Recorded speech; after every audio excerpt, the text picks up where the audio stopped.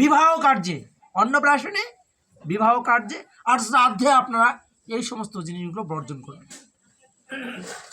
কেন? একটা বিবাহ পবিত্র জায়গা, সেখানে আমরা কি করছি? জীব হত্যা করছি। একটা শুভ কাজ, যেখানে একটা অনাগত সন্তান, যেখানে একটা অন্নপ্রাশন, সে অবুঝ, সে কিছু বোঝে না, তার মুখে আমরা কি তুলে দিচ্ছি? সেখানে কৃষ্ণপ্রসাদের পরিবর্তে আমরা মাছ মাংস এসব তুলে দিচ্ছি, দেবো, যেটা আমাদের। তাই বলবো যে অন্নপ্রাশনে, অন্তত অন্নপ্রাশনে, শ্রাদ্ধে, বিবাহ কার্যে আপনারা সবাইকে নেন, আপনারা মাছ মাংস ঘুরে নেন, সবাইকে মাছ মাংস এগুলো আপনারা নিবেদন করবেন না। যতদূর সম্ভব হয় বৈষ্ণব দ্বারা প্রসাদ নিবেদন করে সেই প্রসাদ ভগবানের উদ্দেশ্যে প্রদান করার পরে সেই প্রসাদ বৈষ্ণব সমাজ ভক্তবিন্দু সবার মাঝে বিতরণ করবেন, তাহলে আপনার যথার্থ কল্যাণ হবে।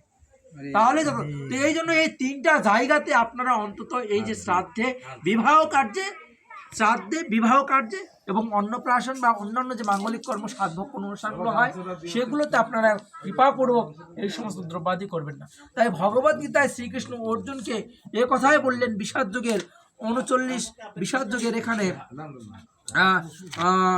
আপনার 39-40 নম্বর শ্লোকে বললেন।